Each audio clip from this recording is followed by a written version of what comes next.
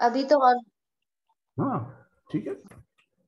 आज का हमारा ये लास्ट सेशन है फंडामेंटल ऑफ वास्तु क्लास का। हमने आगे के क्लास में देखा था शिलान्यास, और उसके बाद फिर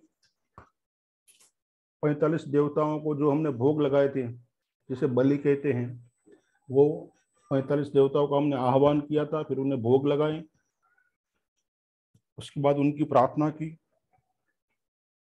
अब शिलान्यास विधि वहां समाप्त हो गई, तो जो देवता गण को जिन जिन को हमने आह्वान करके बुलाया था, उनको फिर हमें उनके घर वापस भेजना है, यानी उनका विसर्जन करना है।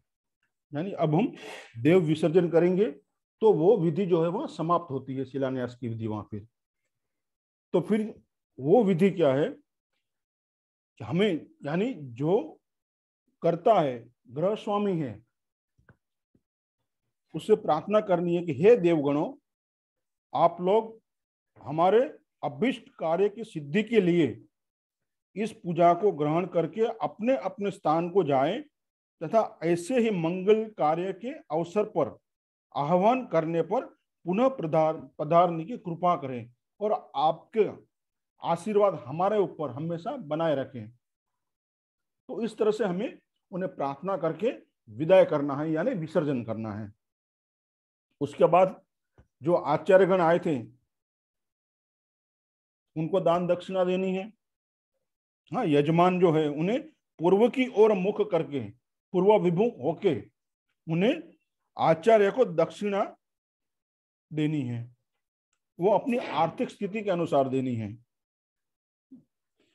फिर उत्तराभिमुख होके, यानी उत्तर की ओर मुंह करके ब्रह्मा को बार बार प्रार्थना करनी है, क्षमा याचना करनी है, और बछड़े सहित गाय को, यानी जिस गाय का छोटा सा बछड़ा हो, दूध देती हो, उस गाय को, और साथ में एक जोड़ी वस्त्र आचार्य को देना चाहिए।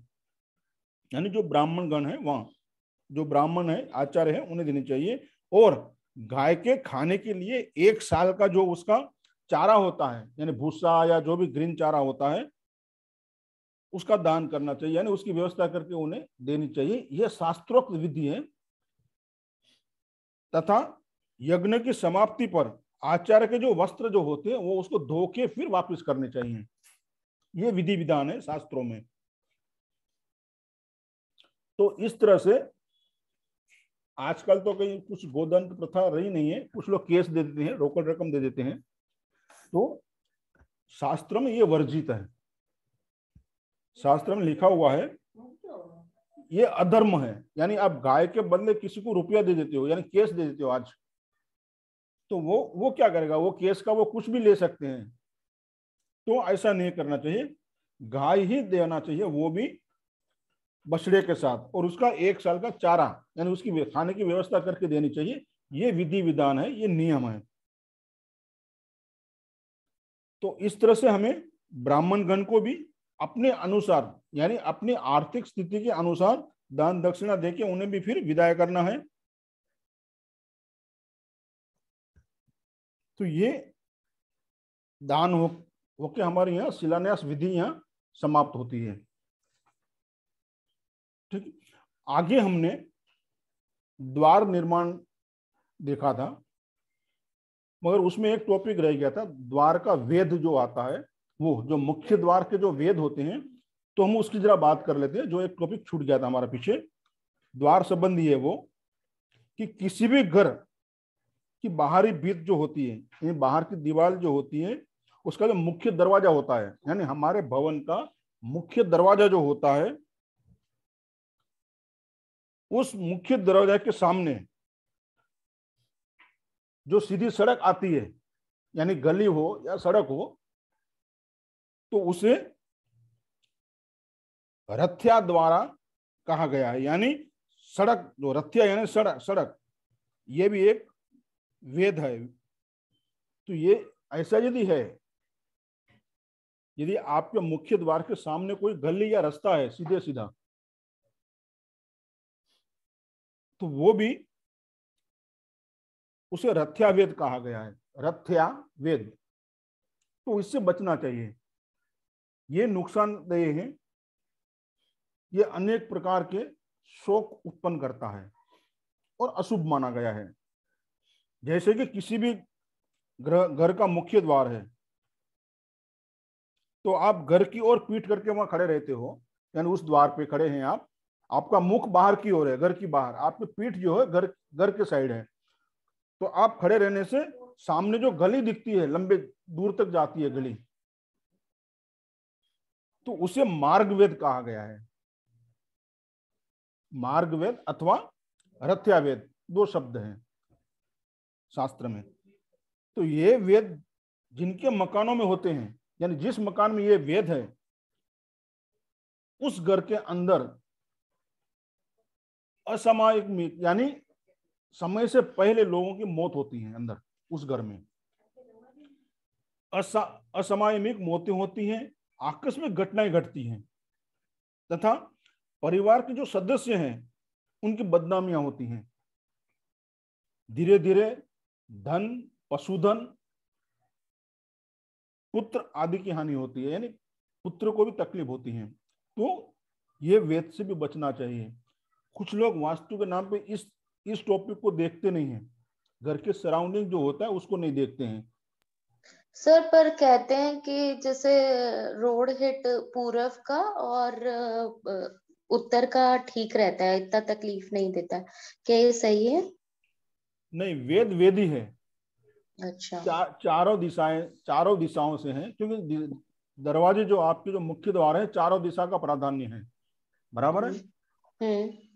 तो चारों दिशाओं में भी सामने रोड नहीं होना चाहिए, यानी मार्ग वेद नहीं होना चाहिए, वो हमेशा नुकसान करता ही है। मतलब छोटी गली मतलब ऐसे टर्न लेने वाली भी नहीं होनी चाहिए? नहीं, जो सीधी सीधी है, गली भी हो या रास्ता हो, हम्म। वो आपके मुख्य द्वार के सामने नहीं होना चाहिए। मुख्य द्वार यानी आप बंगला है समझो, तो आपकी बाउंड्री है, उसका भी जो बाहर मेन गेट है, उससे भी आप मुख्य द्वार, वो भी मुख्य द्वार गिना जाएगा वहां। तो उसके सामने गली नहीं होनी चाहिए, हमेशा उससे बचना चाहिए। अच्छा। यदि ऐसा है वहां, तो उस घर में धन हानि होती है, पुत्र हानि होती है। अभी आजकल क्या होता है, ज्यादातर आप देखोगे कि वास्तु के नाम पे लोग वास्तु करने जाते हैं, चलो उनको घर में ये दिक्कत है, मान लो कि धन हानि हो रही है, या उसका कामकाज नहीं चल रहा है, नुकसानी हो रही है, या घर में बीमारी का माहौल है। मान लो कि कोई वास्तुशास्त्री को उन्होंने अप्रोच किया है, वास्तुशास्त्री में जाता है, वो डिजाइन बनाएगा, सब बनाएगा कि कहीं क्या कौन सा जोन कट है, बड़ा हुआ है, वटेवर जो है, पंचतत्व से रेमेडी करेंगे, कोई कट है तो कुछ डाल दिया, कुछ कर दिया, कहीं हीरे मानिक लगा दिए, बराबर है, कहीं कुछ ना कुछ लगा दिया, बल्ब लगा दिया, या जो भी उनके हिसाब से जो भी पंचतत्वों को बैलेंस करने की जो रेमेडी होती है वो करते हैं। वो करने के बाद में यहाँ वो नहीं देखते हैं कि यदि ये मार्ग वेद है तो उसका कोई इलाज नहीं है। वहां आप जो बाहरी इलाज है, जो आईना लगाना, ये जो है बाहरी इलाज है, वो हमें पहले देख लेना चाहिए। यानी आप वास्तु के लिए हम जाते हैं वहां जिस भवन में, तो हमें पहले अंदर के देखने के बजाय हमें उस भवन में जिसके जिसके लिए हम वास्तु करने गए हैं, तो उसके आजू बाजू सराउंडिंग हमें देख लेना चाहिए पहले कि क्या है, परिस्थिति क्या है। उसके बाद पहले बाहर की रेमेडी आप कीजिए, फिर अंदर की कीजिए। मान लो जिस भवन में आप उपाय के लिए गए हो, वास्तु के लिए, और बाजू में एक आधा बना हुआ मकान पड़ा है सालों से, तो वो बन ही नहीं रहा है, उसका कंस्ट्रक्शन आधा है, तो उसकी असर भी यहां होगी। तो आप अंदर की रेमेडी तो करोगे, मगर वो तो उसी तरह है, तो भी धनहानि होगी, बदनामी होगी। तो ये सब हमें पहले बाहर की ओर देखना है, फिर अंदर के उपाय करने हैं। तो प्रायोरिटी हमेशा आप यही रखिए, पहले जिस घर में आप जाते हो उस घर की सराउंडिंग, आजू बाजू पहले आप देख लीजिए, कहीं बाजू में मंदिर नहीं है, क्या बाजू में मेन मुख्य दरवाजा के आगे के कोई रोड नहीं है, या कोई बड़ा झाड़ नहीं है।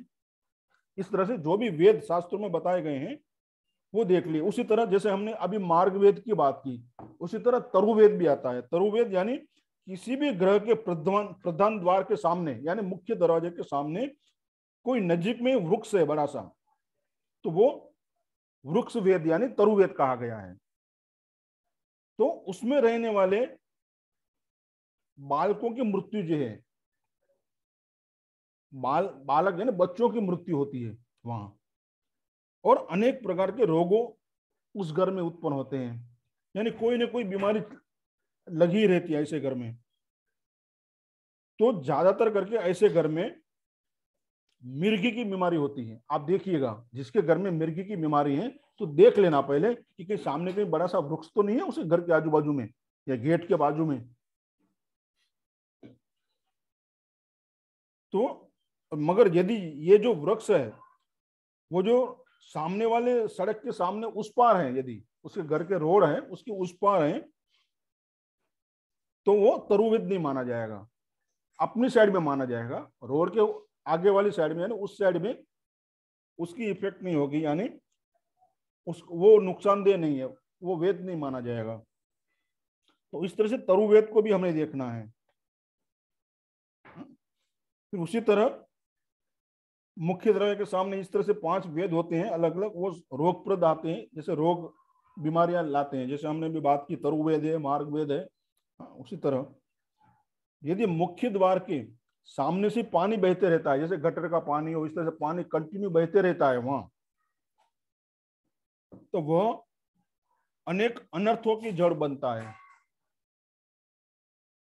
वो भी शुभ नहीं माना गया है, वो भी अशुभ है। हाँ, घर के सामने से पानी बहना निरंतर, वो भी अशुभों की जड़ माना गया है। फिर कोई मंदिर हो वहां, खास करके विष्णु मंदिर हो, घर के सामने ही, आपके घर के सामने ही या एकदम बगल में विष्णु मंदिर हो, तो वहां बालकों को यानी बच्चों को पीड़ा रहती है, हमें वो बच्चों के लिए पीड़ादायक है। और अन्य कोई देवता का मंदिर है तो वो विनाशकारी होता है, घर के एकदम सामने या बाजू में अन्य कोई मंदिर है तो वो विनाशकारी होता है। देव शिवालय है वो भी। सर ये कितने मीटर तक अपन अवॉइड कर सकते हैं, क्योंकि क्या होता है कभी कभी बाद में भी मंदिर बन जाते हैं। हाँ, दो तीन मकान जो है सेफ्टी के हिसाब से, अब 2-3 राइट में, 2-3 लेफ्ट में, 2-3 आगे पीछे, इस तरह से थोड़ा सा डिस्टेंस बना के रखना है, क्योंकि मेन इनका कार्य ये है कि कहीं हमें, मेरी आवाज आ रही है? जी सर आ रही है।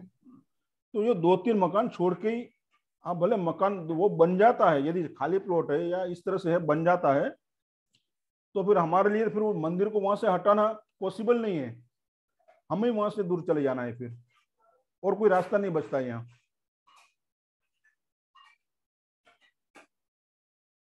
ठीक है। अभी एक्चुअली एक बार मैंने देखा है, लाइक एक कोई क्लाइंट थे मेरे, तो उनके यहाँ नहीं था और सामने किसी को प्रॉपर्टी पे हक जमाना था, तो उसने मंदिर बना दिया था। तो वो बड़े टेंशन में आ गए थे कि क्या करना चाहिए। तो हम मुझे कुछ समझा ही नहीं कि कैसे क्या, पर वो फिर म्युनिसिपालिटी वगैरह में जाके जिनका प्लॉट था उन्होंने बोल के और ये करवाया, वो अलग सिस्टम से करा उन्होंने। पर ऐसा होता है कि लोग आजकल जमीन हड़पने के लिए भी मंदिर बना जी देते हैं। जी होता है। हाँ, मगर छोटा मोटा ये बना दिया मंदिर, उससे कोई नहीं होता है, समझे आप? छोटा मोटा एक ओटा बना के ऊपर थोड़ा सा बना दिया इस तरह से, तो उससे अच्छा, कुछ। डोम वाला मंदिर नहीं होना हाँ चाहिए जिसको ऐसे जी जी जी जी, डोम वगैरह। जैसे जी। जहाँ लोगों का आना जाना ज्यादा बना रहता है, ये तो ठीक है, टेम्पररी उसने ऐसा बना दिया है मंदिर, बराबर, और वो भी छोटा सा बना दिया है, तो उससे कुछ नहीं होता है। हाँ, जैसे कि आप देखोगे छोटे छोटे मंदिर होते हैं ना, उससे कोई फर्क नहीं पड़ता है। बड़े वाले जो मंदिर होते हैं जहाँ लोगों का लगातार आना जाना रहता है, या घंटियां बजती रहती हैं, हाँ वैसे मंदिर वहाँ नहीं होना चाहिए। हाँ, तो शंकर का यानी शिवालय भी है, वो भी हानिकारक है। फिर ब्रह्मा का स्थान यदि घर के सामने है तो वो कुल को नाश कर देता है। वो जबकि ब्रह्मा जी का मंदिर काफी कम होते हैं या नहीं के बराबर होते हैं, तो हमेशा हमें ये बात ध्यान रखनी है। फिर जो द्वार के बीचों बीच यानी घर के बीचों बीच द्वार जो होता है, मध्यवर्ती स्थान में जो द्वार होता है, वो धन धान्य का नुकसान कारक करता है। वो यानी जो द्वार घर के बीचों बीच हो, यानी जो दीवार है आपकी, जिस जिस दिशा में, मान लो कि पूर्व की दीवार है, तो पूर्व की दीवार में यदि बीचों बीच एकदम सेंटर में दरवाजा, वो नहीं होना चाहिए। यानी उत्तर में है मानो, तो उत्तर में एकदम सेंटर, मानो आपका उत्तर का जो दीवार है 20 फुट है मान के चलें, तो सेंटर 10 फुट हो गया, तो वो 10 फुट के सराउंडिंग, यानी 10 फुट 5 फुट इधर 5 फुट इधर सेंटर से, तो वो प्रॉपर सेंटर में नहीं होना चाहिए दरवाजा। तो ये मध्यवर्ती स्थान पर वो धन धान्य को नाश करता है, यानी नुकसान देता है। अकारण घर में कलेश बढ़ जाते हैं, शोक बढ़ जाते हैं, और ये स्त्रियों के चरित्र के लिए बहुत हानिकारक है इस तरह का दरवाजा जो होता है। तो ये हमें ध्यान रखना है। N3 N4 का या ये 3-4 का जो रेशियो है वो इसी तरह से एकदम सेंटर में नहीं आते, तो थोड़ा सा साइड में हो जाएगा वो। हाँ, तो ये बात हमें ध्यान रखनी है।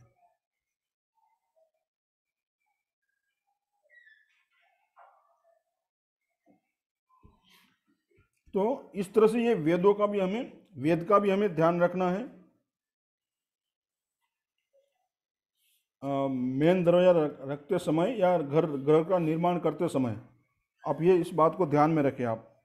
हाँ, और कुछ बात हैं जैसे कि देवताओं के समीप यानी मंदिर के समीप मकान नहीं बनाना चाहिए, या आप जिस गांव में हैं उस गांव में या शहर में जिस तरफ आपको मालूम है कि इस तरफ शमशान है उस तरफ मुंह नहीं करना चाहिए, उस मकान का मुंह उस तरफ नहीं करना चाहिए। ये भी एक शास्त्रोक्त बात कही गई है। हाँ, उसी तरह जैसे मैंने आपको देवालय का बताया, देवालय भी नहीं होना चाहिए।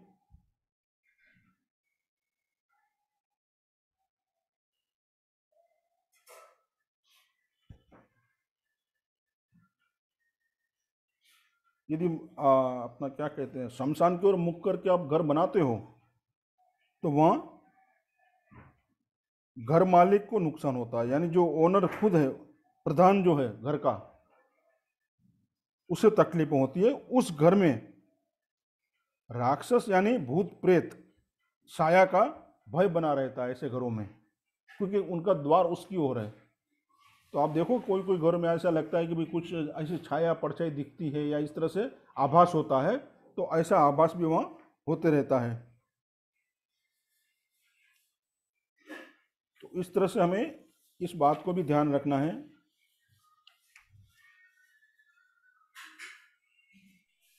सर एक मेरा क्वेश्चन था कि जी हमें कैसे पता चलेगा कि ये प्लेस पे कुछ नेगेटिव एनर्जीज वगैरह हैं।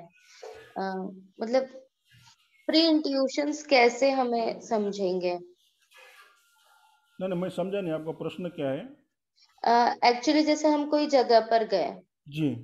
है ना, तो जैसे हम ब्रीदिंग टेक्निक से पता कर लेते हैं कि हम्म। भाई नाड़ी कौन सी चल रही है, या हमारे जैसे किडनियों के वहां पे हमें थोड़ा सा ऐसे फड़कना फील होता है जी कि मतलब कुछ नेगेटिव एनर्जीज यहाँ है। जी। तो इस तरीके का और क्या है जिससे हमें समझ में आए कि यहाँ नेगेटिव एनर्जीज है, और या हमारे लिए ये तकलीफ कर जाएगी। जैसे हम लोग विजिट्स पे जाते हैं तो कभी कभी हम्म, वहां बहुत हैवी एनर्जीज होती है, घर आकर एकदम से जी। तबीयत वगैरह खराब हो जाती है। तो उसके लिए कोई प्री इंट्यूशन और भी कोई तरीका है?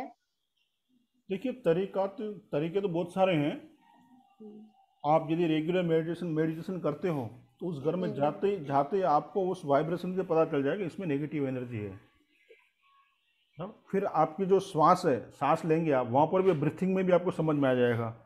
हम्म। स्मेल से भी आप पता कर सकते हो, यदि सेंसिटिव है आप तो अंदर जाते ही आपको स्मेल ही अजीब सी आएगी। जैसे हम शमशान गृह में जाते हैं ना, तो वहाँ की जो स्मेल है इस तरह से बदबूदार थोड़ी सी स्मेल आएगी वहाँ, तो स्मेल से भी आप पता कर सकते हो। ठीक है। और एक बात हमेशा ध्यान में रखिएगा, जब आप किसी भी भवन में जाते हो यानी घर में जाते हो, रहने का घर हो, दुकान हो, फैक्ट्री हो, जो भी है, तो आपको नाड़ी देखना है, कौन सी नाड़ी आपकी चल रही है, उस तरफ का पैर आपको अंदर रखना है पहले। हाँ, तो उससे आपको इजी हो जाएगा समझने में भी, क्योंकि वहाँ आपको क्या होता है, प्रकृति आपके साथ रहती है, वो आपको इंट्यूशन दे देगी कि यहाँ क्या क्या है, किस तरह से हो रहा है। फिर आपको अपना दिमाग नहीं लगाना है, छोड़ देना है अपने आप को, और फिर जो जो आपको दिमाग में आते जाता है वो आप नोट करते जाइए, या आपका असिस्टेंट है साथ में कोई, उससे बोलिए आप इस तरह के आप नोट कीजिए, क्योंकि उनको क्या दिक्कत है गृह स्वामी को आपको पता है, या उस घर में बीमारी है, या उसको कर्जा हो गया है, वट जो भी है, आपको तो उसने बताया होगा पहले कि भाई मुझे इस घर में ये दिक्कतें आ रही हैं, फिर उससे आप देख लीजिए, उसका सॉल्यूशन आपको मिलते जाएगा। ठीक है। और एक टिप मैं आपको देता हूं, जब आप जाते हो वहां, जिस भवन के अंदर आप अंदर गए, आपको कुछ समझ में नहीं आया, तो आप विद इन सेकंड सिर्फ आंख बंद कीजिए और मुझे 2 मिनट आप याद कर लेना सिर्फ, तो आपको वहां सॉल्यूशन मिल जाएगा। मेरे माध्यम से आपको कोई सॉल्यूशन दे जाएगा वहां कि आपको क्या करना है। सिर्फ आंख बंद करनी है, 2 मिनट आपको याद करना है, बराबर है, तो वो स्विच ऑन हो जाएगा, वो जो लिंक है आपको मिल जाएगी और वो आपको सॉल्यूशन मिल जाएगा। मगर इसके लिए आपको हो सके तो रेगुलर आप मेडिटेशन कीजिए, तो आपको फिर कुछ ज़्यादा सोचने की जरूरत नहीं है, वहाँ आपको रिजल्ट मिल जाएगा। ठीक है। तो इस तरह से आप देख लेना। और किसी भी वास्तु विजिट पे आप जाते हो, घर पे आके पानी में एक मुट्ठी नमक डाल के आपको स्नान कर लेना है, वो हमेशा बात ध्यान में रखिएगा, ताकि वहाँ की नेगेटिव एनर्जी आप घर पे ना लाए और निकल जाए, वो फ्लश कर दीजिए उसको। सर मैं ट्राई यही करती हूँ कि आकर नमक के पानी से हाथ पैर वगैरह धोती हूँ, और जिसके यहाँ भी जाती हूँ वहाँ पानी भी नहीं पीती हूँ, अपना जी पानी खुद कैरी कर कर जी। जाती हूँ। हाँ नहीं, वो और बढ़िया है, मगर आके आप हाँ। स्नान कर लो, सबसे अच्छी बात है। हम्म। नमक डाल के पानी से आप स्नान करके फिर सादे पानी से आप स्नान कर लो। पर सर मैंने ऑब्जर्व किया है कि अगर हम विदिशा घर देखने गए हैं किसी का, अगर वो वहां जाके पता चलता विदिशा है, जी। तो अगर वहां का पानी नहीं पिया तब हम्म। तक हाउस परमिशन भी नहीं देता है चेक करने की। ये मेरा पर्सनल ऑब्जर्वेशन रहा है कुछ टाइम से। नहीं, आपके गुरुजन को याद कर लो उस समय आप। अच्छा। ठीक है। आपको सब जी जी। वहाँ पता चल जाएगा। हाँ, फिर विदिशा को हमें प्रॉपर डायरेक्शन में लाना है उसको। नहीं तो आप समझो कोई रेमेडी करते हो तो कोई कोना, आप जब विदिशा जो प्लॉट है उसमें से कोई कोना निकल जाएगा। आप देखिए, जब आप प्रॉपर करोगे, मान लो कि हम्म। 30 या 40 डिग्री टिंट है, या 50 डिग्री, 10-20 डिग्री तक ठीक है, कोई प्रॉब्लम नहीं है। 50-60 डिग्री टिंट है मानो, तो आप उसको फिर मैप करोगे, प्रॉपर नॉर्थ में लाओगे, तो थोड़ा सा कहीं कोना बाहर निकल जाएगा, कोई कट जाएगा। और रेमेडी आपने समझो जो कट गया पोर्शन है उसमें कर दी, तो विदिशा में वो प्लॉट वो आपको दिखा रहा है बराबर, मगर एक्चुअली वो थोड़ा कोना कट रहा है, तो वो जो देवता कट हो रहे हैं उसका रिजल्ट आपको नहीं मिलेगा। हाँ, तो उसको पहले आप करेक्ट कर लेना उसको, ड्राइंग को, उसके बाद में आप उसका काम कीजिए, तो आपको रिजल्ट मिल जाएगा। मान लो कोई कहीं पर भी पंच तत्व से कर रहे हैं या आप अरोमा से कर रहे हैं, कहीं ऑयल वगैरह लगा रहे हैं, तो वो बाहर ना लग जाए, ये ध्यान रखिएगा आप। ठीक है, आगे बढ़ें। और यदि मुख्य दरवाजा जो है वो छोटा सा है, संकरा है, तो उसे सुद्रज कहा गया है, वो सुद्रज कहा गया है उसे, तो वो संतति के लिए नुकसानकारक है, यानी संतति उत्पन्न होने में तकलीफें आती है वहां। और बहुत संकरा जो है वो कुल का नाश करता है, यानी मुख्य दरवाजा आपका एकदम संकरा है, छोटा है, तो कुल का नाश होता है, यानी कुल आपका आगे बढ़ ही नहीं पाएगा। जिस द्वार में प्रवेश करने से सिर फूटता हो, यानी सिर के ऊपर लगता हो, वो बराबर है। जो द्वार प्रवेश करते समय सिर पे लगता हो, यानी सिर फूटता हो बार बार, और जिसमें कभी कभार चोट लगती हो, वो जिसमें कभी कभार लगती हो, यानी हाइट उसकी उससे थोड़ी ज्यादा है, और पहला वाला जो है वो बार बार लगता है, वो ज्यादा पीड़ा कारक है। फिर जो द्वार जो है वो बाहर की ओर झुका हुआ है और ऊपर उठा हुआ है, कहीं कहीं देखिए फ्रेम निकल जाती है कोई कोई पुराने मकान में, तो ऐसे द्वार से भी हमें बचना चाहिए, वो द्वार बदलवा देना चाहिए। कहीं आपने देखा होगा, गाँव में तो होते हैं, अभी फ्लैट में तो ठीक है, कहीं गाँव में आप देखोगे ना, तो वो जो फ्रेम है वो कहीं निकल जाती है या थोड़ी बेंड हो जाती है, हाँ, तो उसको बदलवा देना चाहिए। उससे ही पीड़ा हो सकती है। तो ये हमें सभी प्रकार के द्वार भेदों से हमें बचना है ना। कोई भी प्रकार का जो द्वार भेद है, चाहे वो मार्ग भेद हो, वृक्ष भेद हो, तो वो रोग दरिद्रता लाता है, कलह लाता है, घर में बदनामी लाता है, और अर्थनाश यानी पैसों का वो बर्बादी करवाता है। तो हमें ये वेदों से भी बचना चाहिए। उसके बाद हमें वेद हमने देख लिए। उसके बाद अभी घर के चारों ओर परिसर में हमें कौन से वृक्ष किस दिशा में लगाने हैं, वो भी बहुत जरूरी चीज है। यहाँ भी वो भी हमें ध्यान में रखना है, कौन सी दिशा में किस तरह के वृक्ष हमें लगाना है। घर की चारों ओर जो है वो किस तरह के वृक्ष आप लगा सकते हो। तो घर के पूर्व में देखिए, यहाँ यदि आप फ्लैट में है, सोसाइटी में है, तो आपके हाथ में वो ऑप्शन नहीं है। आपका बंगलोज है या गांव में आप रहते हैं, अभी भी 80% हमारे देश की आबादी गाँव में रहती है, तो वहाँ खुले मकान रहते हैं। भले बंगला ना हो, छोटा सा मकान हो, मगर आगे पीछे आंगन होता है, खुला सा रहता है वो घर। हाँ, तो उसमें भी आप पूर्व दिशा में फलदार वृक्ष लगाना चाहिए जिसमें फल लगते हो, जैसे चीकू हो गया, पपीता है, इस तरह से जिसमें फल लगते हैं ऐसे पूर्व में लगाने चाहिए। दक्षिण में क्षीरी वृक्ष यानी जिसमें क्षीर निकलता है व्हाइट कलर का, वो शुभ होता है दक्षिण में। फिर पश्चिम में जलाशय श्रेष्ठ होता है जिसमें कमल खिले। तो घर के चारों ओर परिखा यानी खाई तथा वलय घेरे आदि बनाना चाहिए, यानी चारों ओर। आज तो ये शायद पॉसिबल नहीं है, पहले के जमाने में बनाते थे। हाँ। तो दक्षिण दिशा में तपोवन का स्थान, उत्तर में मातृका ग्रह बनाए।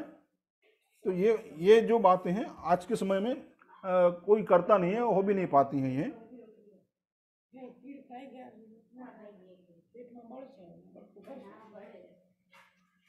फिर यहाँ सब काफी ऐसा तो दिया हुआ है कि पश्चिम दिशा में मंदिर, लक्ष्मी नारायण का मंदिर, वायव्य में नवग्रहों का मंदिर। तो ये गांवों में हो सकता है, यहाँ पॉसिबल नहीं है वो। फिर ईशान कोण में पानी की बावड़ी बनाए। सर गांव में भी अब पॉसिबल नहीं है। हाँ, वो गांव में भी पॉसिबल नहीं है। वही पहले पहले 4-5 बच्चे होते थे, उनमें ही बढ़ गए बड़े बड़े घर। जी, तो ये जब लिखा गया था शास्त्रोक्त, उस समय की बात है, यानी कई सदियों पहले की बात है ये, जो उन्होंने शास्त्रों में बताया हुआ है। और विश्वकर्मा प्रकाश उसमें ये दिया हुआ है कि इस तरह से घर में आप वृक्ष जो है, जो कांटे वाले वृक्ष आज भी आप लगाते हो, मानो कैक्टस लेके आते हैं हम, तो वो दक्षिण दिशा में लगाना है। यदि लगाना है तो अवॉइड करो तो सबसे अच्छी बात है, क्योंकि घर में लगाने की जरूरत नहीं है। कांटे वाले और जिसमें से क्षीर निकलता हो व्हाइट कलर का, वो न लगाए तो अच्छी बात है। और जिसको शौक है लगाना है, जैसे एलोवेरा वगैरह लगाते हैं, वो दक्षिण में लगाएं यदि लगाना है तो। हाँ, पूर्व में फलदार जिसमें फल हो, फूल वाले भी आप लगा सकते हैं पूर्व में। तो इस तरह से ये विधि दी है वहाँ।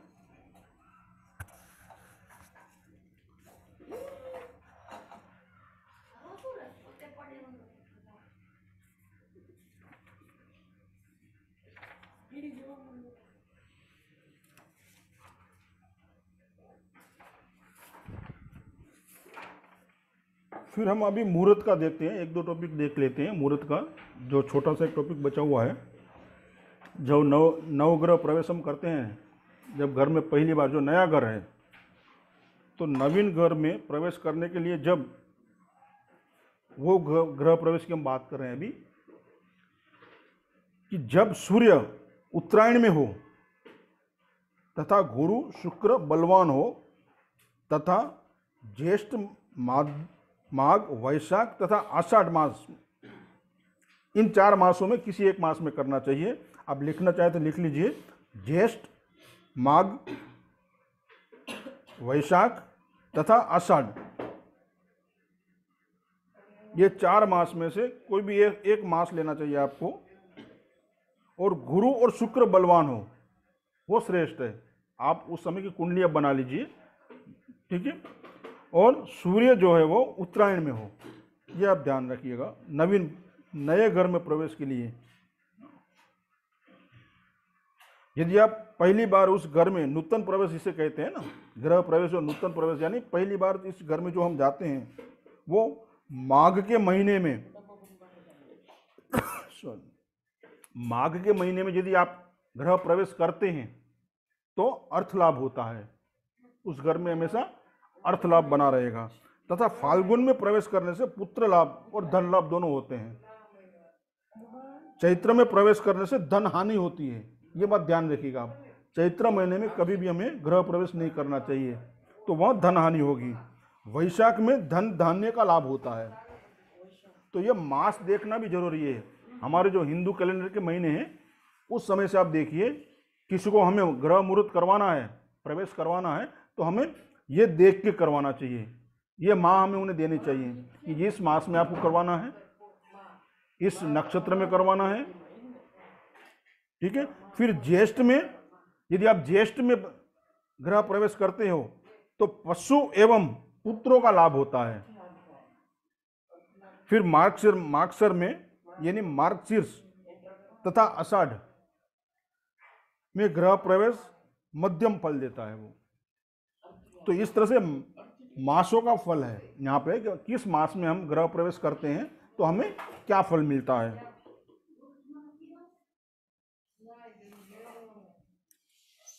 उसके बाद हम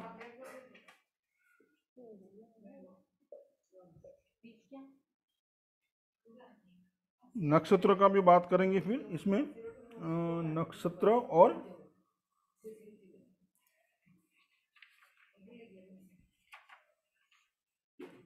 वार की बात करेंगे हम। यहाँ गृह प्रवेश में नक्षत्र का क्या फल होता है का, नक्षत्र कौन से नक्षत्र में हमें, मास तो हमने देख लिया, मास के बाद फिर हम आएंगे नक्षत्र।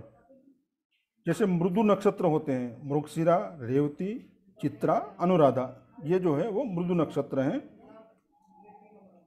फिर उत्तर फाल्गुनी, उत्तर साढ़ा, उत्तर भाद्रपद, रोहिणी, इनमें गृह प्रवेश शुभ होता है। ये नक्षत्रों में गृह प्रवेश जो है वो शुभ होता है। पुष्य, स्वाति, धनिष्ठा एवं शतभिषा, तो ये मृदु नक्षत्र हैं। तो इनमें पुराने, ये ध्रुव नक्षत्रों में पुराने घर में प्रवेश करना प्रसक्त है, यानी ये पुराने घर में, यानी आप रिकंस्ट्रक्शन करके फिर जाते हो, उसके लिए ये है। कौन से? पुष्य, स्वाति, धनिष्ठा एवं शतभिषा, ये पुराने घर में प्रवेश करने के लिए ये शुभ है।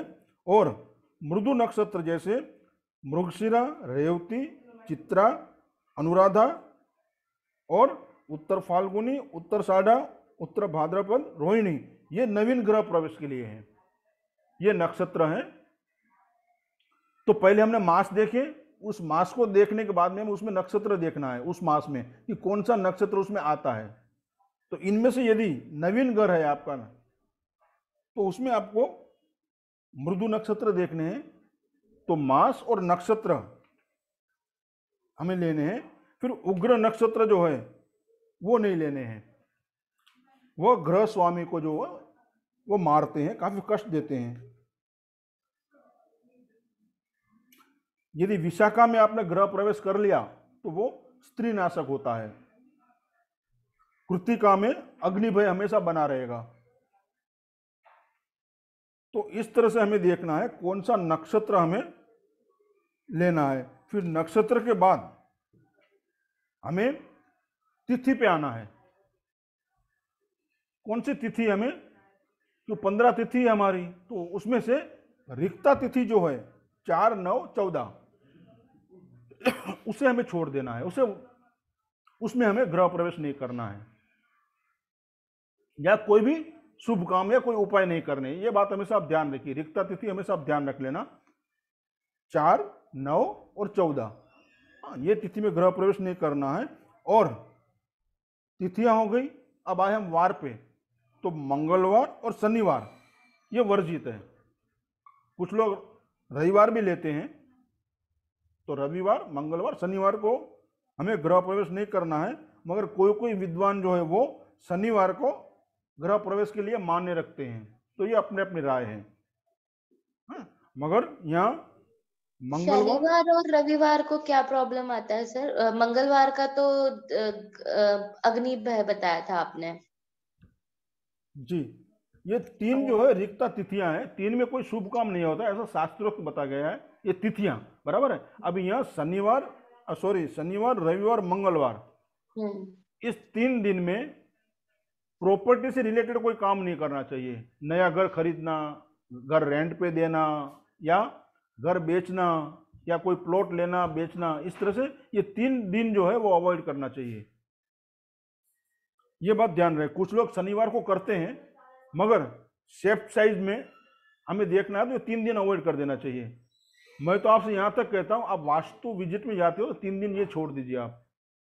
जनरली आज क्या होता है कि वो सामने वाला कहता है सर मैं संडे को फ्री हूं, आप आ जाइए। हाँ, यही होता है। तो हो सके तो शनिवार, रविवार और मंगलवार को आप ना जाइए। हाँ, जाना ही पड़े ऐसा है तो आप रविवार को जाइए, अपने गुरुजन को, कुल देवी देवता जो उनसे प्रार्थना आशीर्वाद लेके जाइए और उनको साथ लेके जाइए, ठीक है। मगर हो सके तहाँ तक उसे अवॉइड करें।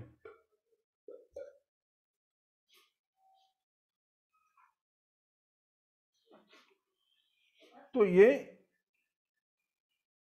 इसमें हमें गृह प्रवेश नहीं करना है, ये बात हमें ध्यान रखनी है गृह प्रवेश के लिए। फिर जो तिथियां हैं 1, 6, 11, इसको नंदा तिथियां कहते हैं। 1, 6 और 11 इसे नंदा तिथियां कहते हैं। तो दक्षिण का जिसका द्वार है, जिसका मुख्य दरवाजा दक्षिण में है, उसके लिए ये शुभ है 1, 6 और 11 तिथि। और दूसरी भद्रा तिथि कही गई है 2, 7 और 12। दूसरी तिथि, 7वीं तिथि और 12वीं तिथि, जिसे भद्रा तिथि कही गई है। तो जिसका भवन पश्चिम मुखी हो, यानी पश्चिम में उसका मुख्य दरवाजा हो, उसे इस तिथि में, यानी इन तिथियों में गृह प्रवेश करना चाहिए। हमने आगे मास देख लिए, नक्षत्र देखे, अब तिथि है। तो तिथि, मान लो आपका घर दक्षिण मुखी है तो आप नंदा तिथियों में प्रवेश करोगे, तो इनमें से तिथि लेनी है। कौन से? 1, 6 और 11। तो हमारे पास 15 में से रिक्ता तिथि तो हम निकाल दी, 15 में से वो 3 निकल गई, 12 बची। तो 12 में से भी हमारे सामने अभी 3 आ गई कि मेरा तो समझो दक्षिण का मुख है, दक्षिण मुखी मेरा, यानी दक्षिण की एंट्री है मेरी। तो मैं 1, 2, 1, 6 और 11 यानी नंदा तिथि में मैं प्रवेश करूंगा। तो हमें वो 3 तिथियां सिर्फ देखनी है। यदि हमारा पश्चिम मुखी द्वार है तो भद्रा तिथि यानी 2, 7 और 12, तो वो शुभ है। फिर जया तिथि कहा गया। देखिए तिथियों को अलग अलग कैटेगरी में बांटा हुआ है। जैसे हमने 3 को रिक्ता तिथि बताई ना, उसी तरह जया तिथि यानी 3, 8 और 13। तो उत्तर के द्वार वाले को जया तिथि में गृह प्रवेश करना चाहिए। जिनका द्वार उत्तर दिशा में हो उन्हें जया तिथि यानी 3री, 8वीं और 13, तो इन तिथि में उनको गृह प्रवेश करना चाहिए। तथा पूर्णा तिथि 5, 10 और 15 यानी पूनम। तो जिसका मुख्य दरवाजा पूर्व दिशा में हो उनको पूर्णा तिथियों में, यानी 5, 10 और 15 तिथि जो आती हैं, पूनम आती हैं, उनमें गृह प्रवेश करना चाहिए। यह शुभ माना गया है। ठीक है, आपने नोट कर लिया? सर रिकॉर्डिंग है ना, तो एक बार और सुन के फिर नोट्स बनाऊंगी। जी जी, ठीक है। मैं इसलिए धीरे धीरे जा रहा हूं ताकि आपको लिख सके और समझ सके। मैं इसलिए रिपीट कर रहा हूं, ठीक है। तो हमें रिक्ता तिथियों को त्याज देना है। पहले आप रिक्ता तिथि लिख लीजिए, उसको छोड़ दीजिए, ठीक है। फिर ये 4 प्रकार की जो हमारी तिथियां हैं उसे दिग्द्वार तिथियां कही गई हैं। तो जिस दिशा में आपका मुख्य दरवाजा है उस दिशा की तिथियों को हमें लेना है। ठीक है, समझ में आ गया? तो यहां तिथियों के बारे में विस्तार से बताया हुआ है। फिर हम देखेंगे कि हमारा जो जन्म लग्न है, जन्म समय उस जातक का जो लग्न है, जन्म समय जो लग्न है, और प्रवेश समय का लग्न, यानी जिस समय वो ग्रह प्रवेश करने जा रहे हैं उस समय की आपने कुंडली बना ली, उसका लग्न देखना है। यानी जन्म कुंडली का लग्न और ग्रह प्रवेश की जो कुंडली होती है उसका लग्न किस भाव में है, ये हमें देखना है। यदि जो लग्न हो, जन्म लग्न, यदि जो जन्म लग्न हो वही ग्रह प्रवेश की भी लग्न हो, तथा जो लग्न राशि हो वही ग्रह प्रवेश की राशि हो, तो वो व्याधि नाश करने वाली होती है, व्याधि का वो नाश करती है। मान लो आपका कुंभ लग्न है, जन्म राशि, जन्म समय का आपका लग्न कुंभ है, और अभी आपने जन्म कुंडली बना ली, जिस समय आप ग्रह प्रवेश करते हो उसका भी कुंभ है, तो वो व्याधि नाश करेगा, पीड़ाओं का नाश करेगा। कहने का तात्पर्य यह है, चंद्र राशि भी सेम है मानो, और यहां ग्रह प्रवेश के समय भी वो भी एक ही है, तो भी वो व्याधि नाश करेगा। फिर आपका राशि लग्न, जन्म राशि लग्न और ग्रह प्रवेश के समय का जो लग्न है वो द्वितीय राशि में हो तो धन नाशक होता है, यह बात ध्यान रखिएगा। मैं फिर से दोहराता हूं, जन्म समय का जो हमारा राशि लग्न है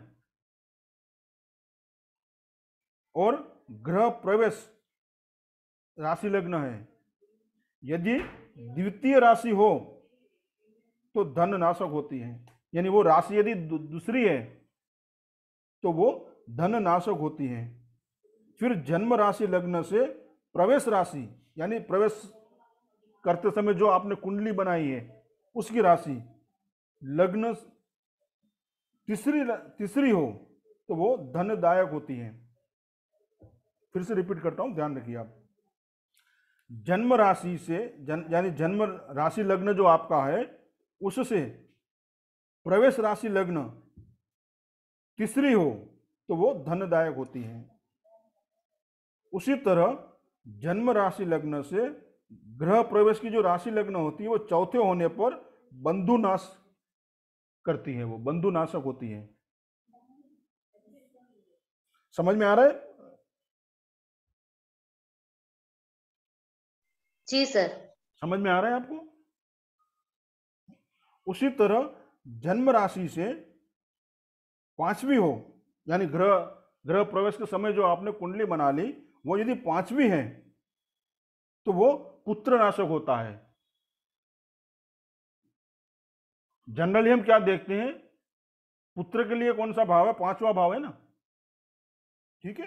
तो जन्म राशि से यानी जन्म राशि लग्न से पांचवा राशि लग्न यदि आपका है तो वो पुत्र नाशक होती है। छठी होने पर शत्रु नाशक है। जन्म राशि लग्न से ग्रह प्रवेश राशि लग्न जो है आपका वो यदि छठे भाव में है तो वो शत्रु नाशक होता है। उसी तरह सातवां प्रवेश लग्न है एवं जो सातवें भाव में है, जन्म लग्न और प्रवेश लग्न, मैं शॉर्ट में कहता हूं, जन्म लग्न यानी आपके जन्म की जो कुंडली है उसका लग्न, और प्रवेश के समय की जो कुंडली बनाई आपने उसका लग्न, यानी वो सातवें लग्न यदि सातवें में है तो स्त्री को हमेशा कष्ट, यानी सातवीं राशि में, ये ध्यान रखना, सातवीं राशि में है तो वो स्त्री को हमेशा कष्ट रहेगा। ये हम काल पुरुष की कुंडली से बात कर रहे हैं। तो फिर जन्म राशि लग्न से आठवीं में हो तो वो प्राण नाशक होता है, ठीक है। फिर जन्म राशि लग्न से ग्रह प्रवेश की राशि लग्न नवमी होने पर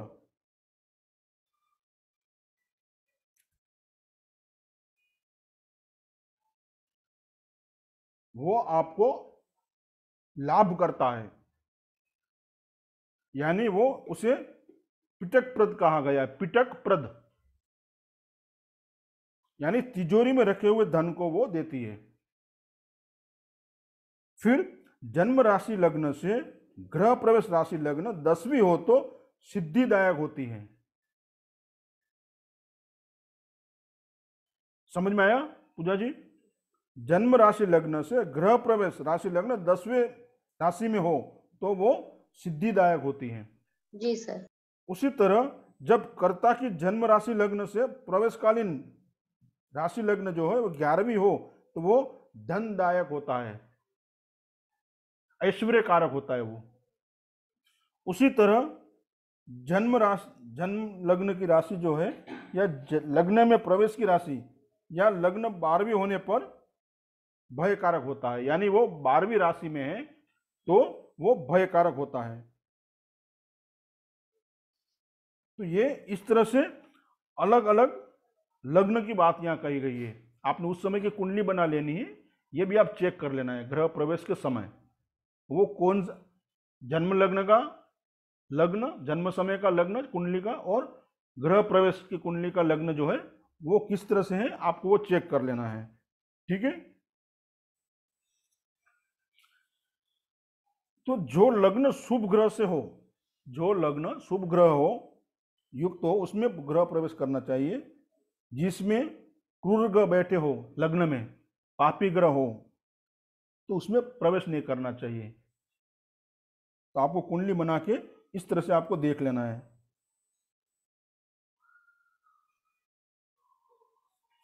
ठीक है। फिर हम यहां देखेंगे जो चर लग्न होते हैं ना, चर लग्न कौन से हैं पूजा जी?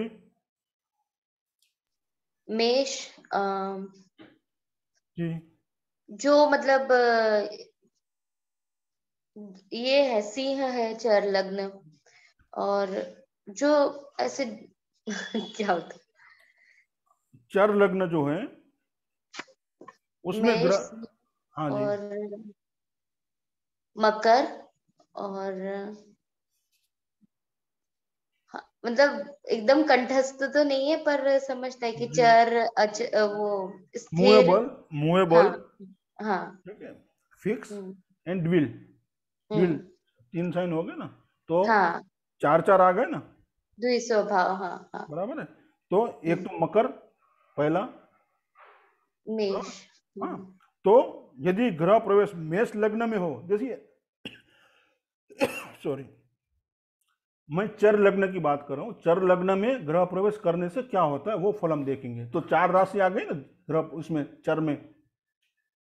तो पहली राशि है मेष, तो मेष लग्न यदि है और ग्रह प्रवेश किया तो ग्रह स्वामी को निरंतर यात्रा करनी पड़ेगी,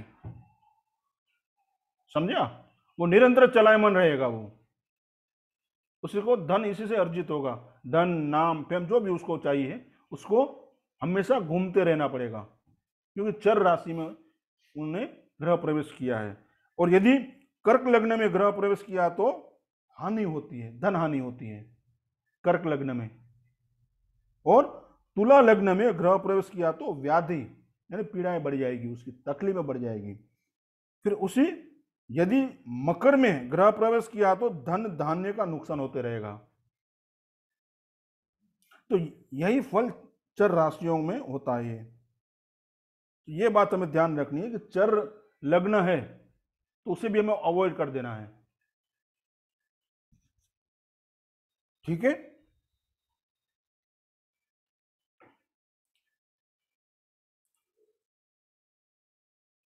और फिर ग्रह प्रवेश के समय हम लग्न को भी देखेंगे, जैसा मैंने आपको अभी बताया, तो वो भी आप ध्यान रखें। तो ग्रह प्रवेश में बस ये कुछ बातें हैं हमें ध्यान में रखनी है। पहले मास देखना है, नक्षत्र, रिक्ता तिथि, वार देख लिया हमने, उसके बाद में आप कुंडली बना के लग्न देख लीजिए। ठीक है। तो यही मुहूर्त है। फिर दिन का आप देखना है, चौगड़िया देखिए, होरा देखिए, बराबर। मगर पूरे दिन का यदि आपने नक्षत्र देख लिया है तो पूरा दिन उस नक्षत्र का वो रिजल्ट मिलेगा। उससे भी थोड़े डीपर आपको जाना है तो पूरा दिन का वो आपको यजमान कहेगा भी टाइम निकाल के दीजिए, तो उस दिन का बोरा देख लीजिए, ठीक है। तो इस तरह से हम मुहूर्त निकाल सकते हैं इसमें। तो यहाँ हम ये टॉपिक हमारा यहाँ समाप्त होता है। हाँ, तो हमारा जो फंडामेंटल वास्तु का जो कोर्स था वो यहाँ समाप्त होता है, ठीक है। आगे इसके रिलेटेड यदि आपको कोई प्रश्न है तो ग्रुप में जरूर डालिएगा। कभी भी इसको आप मुझे आप डायरेक्टली भी आप मैसेज कर सकते हैं। हाँ, तो ये बात आप ध्यान में रखें। यदि कोई आपको इसमें दिक्कत आ रही है इस क्लास से रिलेटेड तो ज़रूर मुझे आप कांटेक्ट कीजिए, मैसेज डालिए। तो यहाँ अभी आपको आपका नाम ग्रुप में डाल देना, आपका नाम, फोटो और मेल आईडी, ताकि आपको सर्टिफिकेट और पूरा रिकॉर्डिंग का एक जो पीडीएफ है वो आपको मिल जाए, ठीक है। इसके रिगार्डिंग यदि आपको कोई प्रश्न है तो जरूर डालिएगा, ठीक है। तो जैसा मैंने आपको कहा था कि आज गुरुजन का आशीर्वाद है हमारे साथ, तो एक मैं आपको ऑफलाइन रेमेडी दूंगा जिसका रिकॉर्डिंग नहीं होगा। आप नोट करना चाहें तो कर सकते हैं, मगर उसको शेयर ना करें, आप अपने तक रखें उसे, ठीक है। इसको मैं अभी रिकॉर्डिंग यहाँ बंद करता हूँ।